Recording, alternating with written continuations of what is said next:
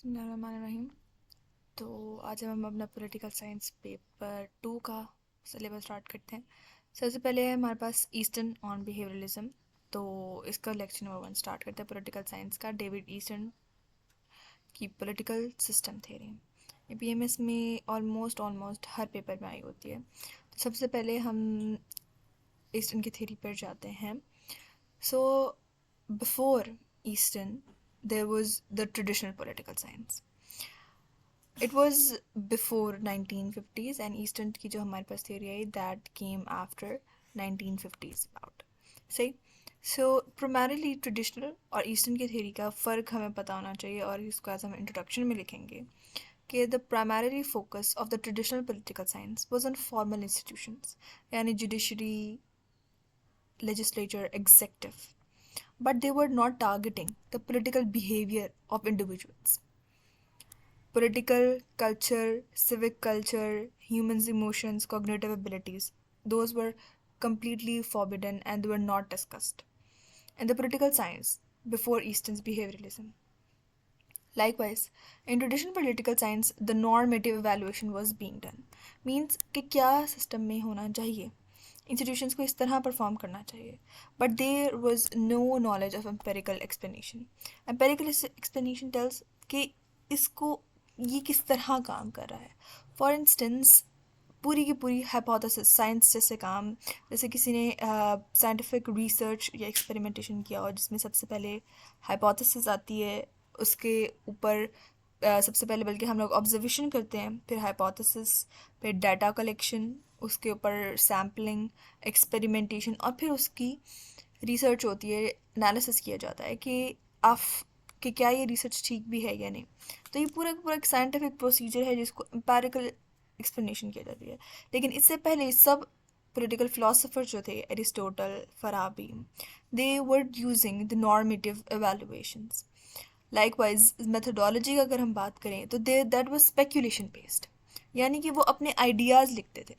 उन्होंने कभी भी साइंटिफिक वेरिफिकेशन या हाइपोथेसिस टेस्टिंग की बात नहीं की. ओनली एरिस्टोटल वाज समवन जिसने एम्पेरिकल एविडेंस की बात की, कहीं ना कहीं हमें उसकी थ्योरी में नज़र आती है. लाइकवाइज इन जो हमारे पास ट्रेडिशनल पॉलिटिकल साइंस है, that was all about the moral standards, यानी कि सिस्टम को किस तरह वर्क करना चाहिए, अल्टीमेट एंड क्या होना चाहिए. But there was no generalised laws in this. और ईस्टर की बिहेवियरिज्म थ्योरी ज़्यादातर इसके ऊपर थी. नेक्स्ट हम चलते हैं कि फाउंडेशनल, हम कहते हैं क्योंकि ईस्टर्न की थ्योरी जो है वो कम्प्लीटली एम्पेरिकल बेस्ड यानी साइंटिफिक इंक्वायरी बेस्ड है. तो किस तरह साइंटिफिक इंक्वायरी बेस्ड है? खैर इसके तो 8 इंपॉर्टेंट फैक्टर्स भी हैं जिसको हम आगे जाकर डिस्कस करेंगे. सबसे पहले क्या है? एम्पिरिसिज्म, यानी कि politics is observed in base of the practice, यानी कि सिस्टम्स इन किस तरह काम कर रहा है on the practical grounds, not on the speculated one. और इसमें एक बहुत इम्पॉर्टेंट चीज़ जो मेंशन करनी चाहिए, क्योंकि it is all about behaviourism, तो इसकी एक बहुत इंपॉर्टेंट चीज़ होती है, वो होते हैं इंडिविजुअल्स. सारी की सारी सोसाइटी इसके ऊपर काम करती है कि ह्यूमन बिहेवियर, कॉग्निशन, इमोशंस किस तरह काम करते हैं. तो सबसे पहले जो हमारे पास पॉइंट है एम्पिरियलिज्म, यानी कि किस तरह टेंजिबल रिजल्ट्स के ऊपर बेस करती है. तो इसके ऊपर हमारे पास गैब्रियल ए आलमंड की हमारे पास एक और स्ट्रक्चरल फंक्शनलिज्म थ्योरी है. वो क्या कहते हैं कि political science has moved from normative and institutional to empirical, यानी कि अब हम सिर्फ ये बात नहीं करते कि इंस्टीट्यूशंस को ये करना चाहिए, फ़लाँ करना चाहिए, मिलिट्री को ऐसे करना चाहिए, बट नाउ वी टेल कि इंस्टीट्यूशंस एक्चुअली कैसे काम करते हैं, यानी उनका एक्चुअल फंक्शन क्या है. ठीक है. उसके अलावा फॉल्सिबिलिटी क्या है कि क्या जो हमारे रिजल्ट्स आए हैं वो रियल टाइम डाटा के ऊपर काम करते हैं.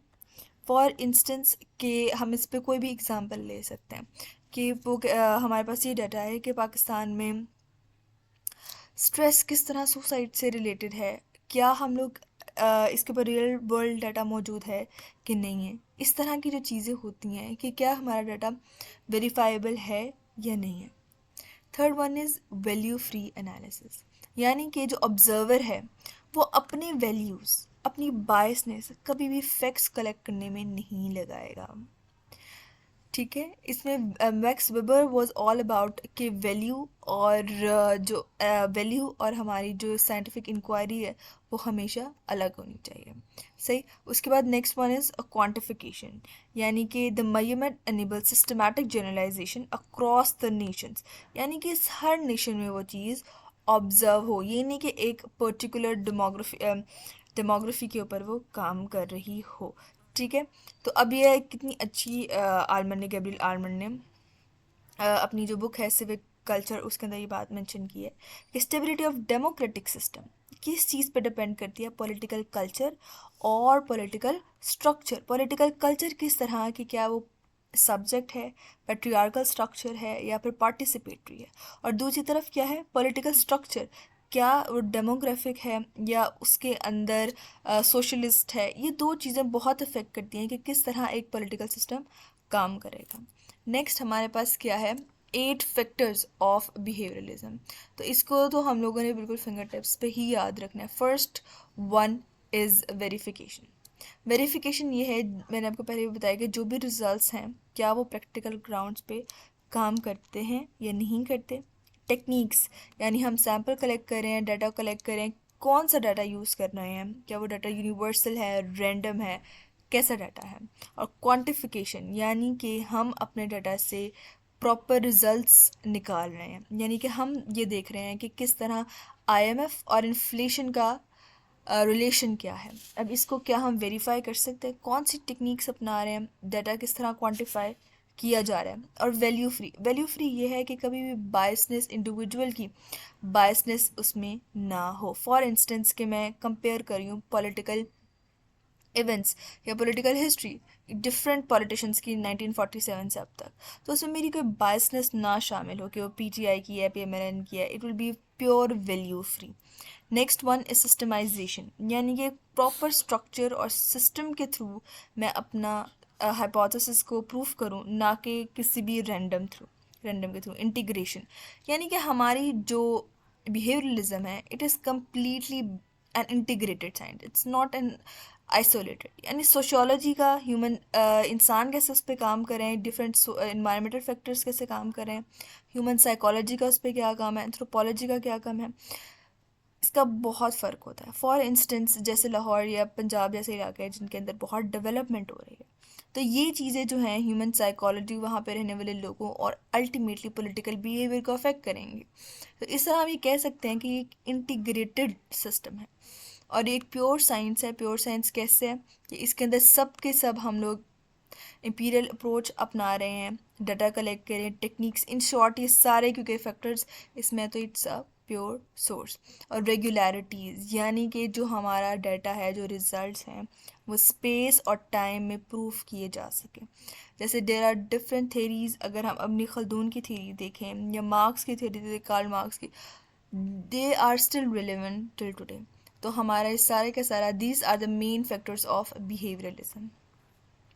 नेक्स्ट, अब ये सबसे इम्पॉर्टेंट थ्योरी है ईस्टर्न की, जिसको हम लोग ब्लैक बॉक्स थ्योरी भी कहते हैं, इनपुट आउटपुट थ्योरी भी कहते हैं, पॉलिटिकल सिस्टम थ्योरी भी कहते हैं। इसमें क्या है, that it's a system of interactions through which binding और authoritative allocation of values are made and implemented.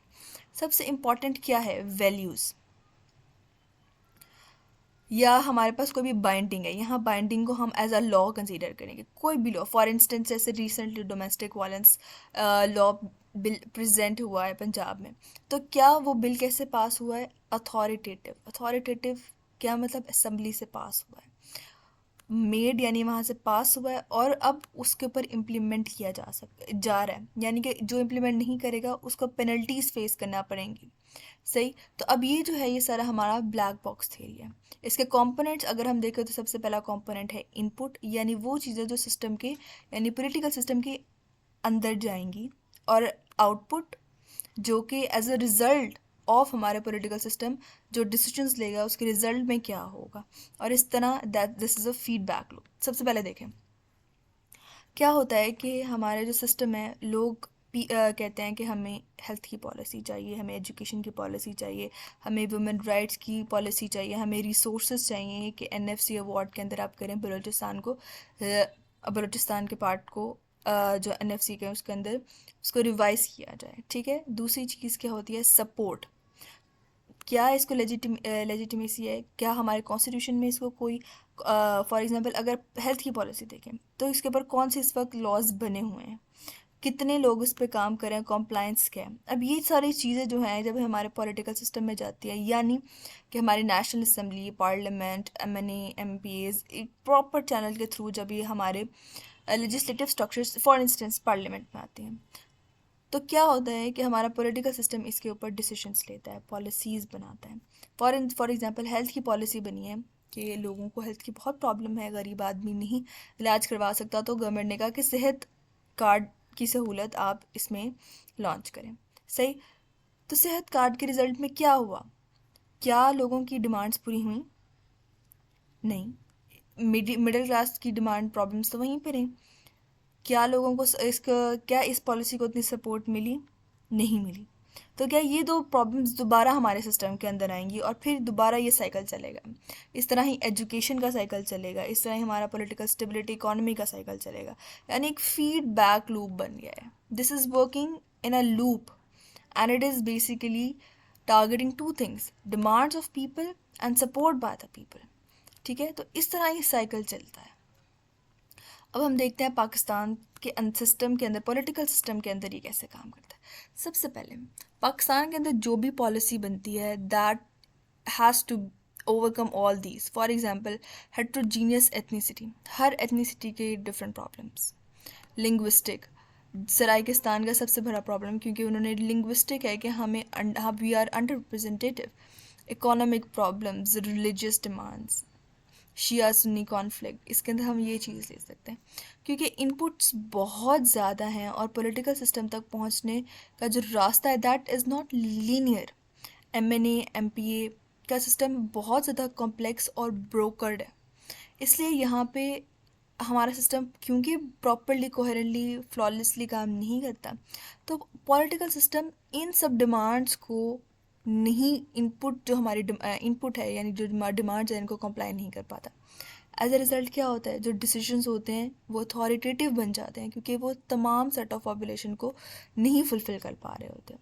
अब इसके रिज़ल्ट में क्या होता है, मिलिट्री इंटरवेंशन होती है। Military intervention in sense, for example अगर मैं यहाँ पे कहूँ कि हम लोग डेमोक्रेसी की बात करें, क्या हमारा पॉलिटिकल सिस्टम ट्रूली डेमोक्रेटिक है कि वो हर एथनिसिटी, हर लिंग्विस्टिक, इकोनॉमिक प्रॉब्लम्स और रिलीजियस प्रॉब्लम को कंप्लाई करता है? तो नहीं, क्योंकि डेमोग्राफिक जो हमारा डेमोक्रेटिक सिस्टम है उसके अंदर इतने फ्लॉज हैं और कि हमारी मिलिट्री को इंटरवीन करना पड़ जाता है और एज अ रिज़ल्ट क्या होता है कि लोगों की सपोर्ट कम हो जाती है, ट्रस्ट कम हो जाता है और फिर वो एक दोबारा से साइकिल बन जाता है ऑफ इनपुट्स के हमारी ये डिमांड्स हैं and this cycle again goes. ठीक है, नेक्स्ट हमारे पास क्या है?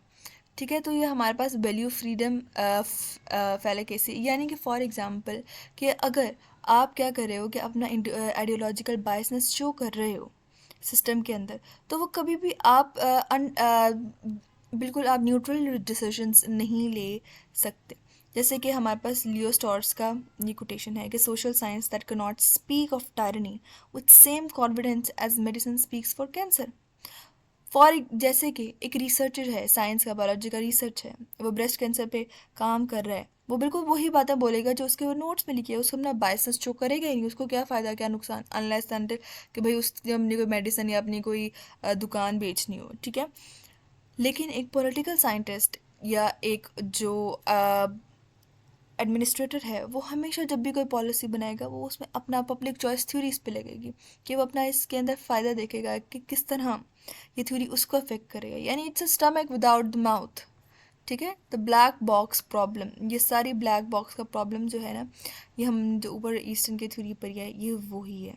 यानी कि ठीक है कि हम लोग इनपुट्स और डिमांड्स के ऊपर सेंट्रिक हैं, लेकिन हम लोग ये तो देख ही नहीं रहे कि सिस्टम के अंदर कैसे काम करता है, कितनी ज़्यादा पावर स्ट्रगल होती है। जैसे हम लोगों ने देखा द 1990s टू 2000 जो बेनज़ीर और नवाज शरीफ का टेन्योर था, power struggle, institutional flaws, institutions के अंदर किस तरह पॉलिटिकली मोटिव पैट्रोनेज पॉलिटिक्स है, कैसे इंस्टीट्यूशंस जो हैं लॉयल्टी बेस्ड रिक्रूटमेंट्स करते हैं, आइडियोलॉजिकल कॉन्फ्लिक्ट्स हिडन है, जैसे फॉर एग्जांपल पीटीआई का एजेंडा वर्सेस पीएमएलएन। तो ये वाली चीज़ें जो हैं ये ब्लैक बॉक्स नहीं शो करता, ये इसके अंदर ब्लाइंड स्पॉट्स हैं, इसके अंदर ये गैप्स हैं।